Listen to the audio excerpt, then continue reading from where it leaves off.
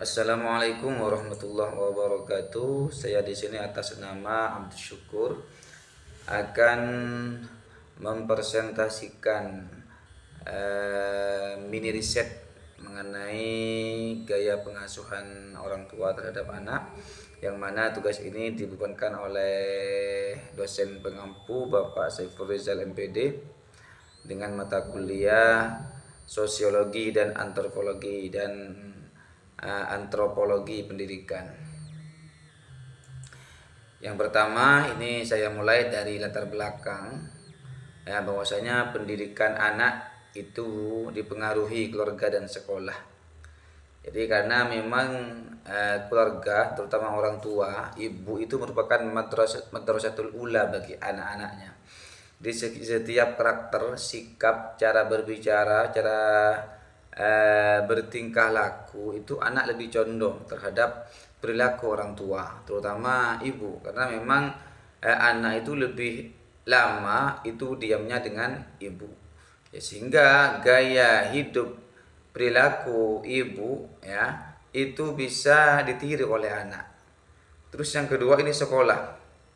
Di sekolah ini juga berpengaruh terhadap karakter anak, ya, karena di sekolah itu banyak temannya dan masing-masing dari teman itu berbeda-beda karakternya, sehingga anak juga berpengaruh terhadap perilaku murid yang ada di sekolah itu.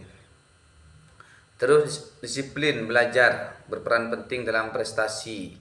Ini juga merupakan gaya hidup anak di sekolah. Terus gaya pengasuhan menentukan sikap belajar anak. Ya, sehingga dengan demikian, ya, dengan gaya pengasuhan itu anak bisa terpengaruh oleh sikap orang tua, oleh gaya hidup orang tua. Terus yang kedua, ini rumusan masalah. Yang pertama, gaya pengasuhan orang tua. Yang kedua, disiplin dan juga prestasi belajar anak. Terus yang ketiga, hubungan pengasuhan, disiplin dan prestasi.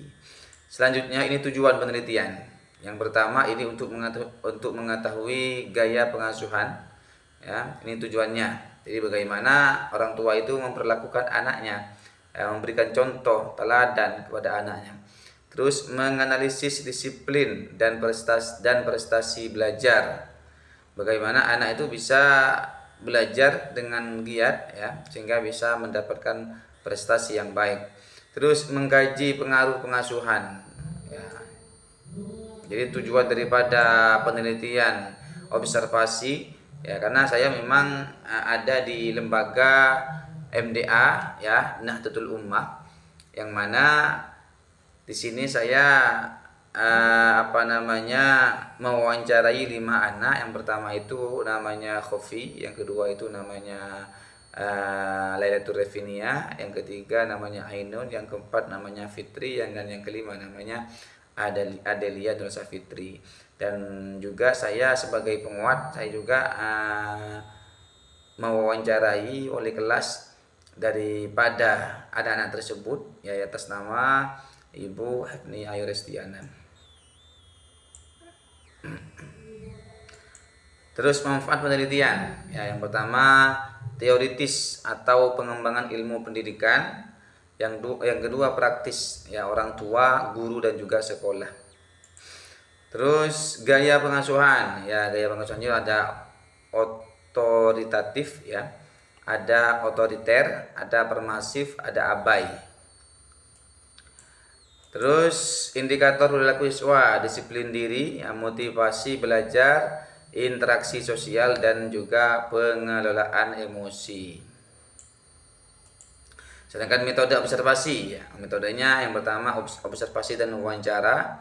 Terus subjeknya apa? Subjeknya itu ada 5 siswa dan 1 guru yang saya wawancarai. Terus lokasinya ada di MDA Nahdlatul Ummah Silau, tepatnya di Simpang 4, Simpang 4 Darungan Karangharjo Silau, Jember. Terus hasil observasi, ya, yang pertama otoritatif, ya, itu disiplin dan prestasi tinggi. Yang kedua otoriter, yaitu patuh, ya, tapi cemas. Yang ketiga permasif, kurang disiplin. Yang keempat abai, pasif dan juga prestasi rendah. Terus pembahasan gaya pengasuhan otoritatif paling efektif. Pengasuhan abai dan permasif berdampak negatif karena kurang dalam penerapannya. Terus implikasi era digital itu pengawasan gawai penting dan juga komunikasi orang tua anak diperlukan. Mungkin hanya itu yang dapat kami sampaikan. Kurang lebihnya mohon maaf. Akhirnya wassalamualaikum warahmatullahi wabarakatuh.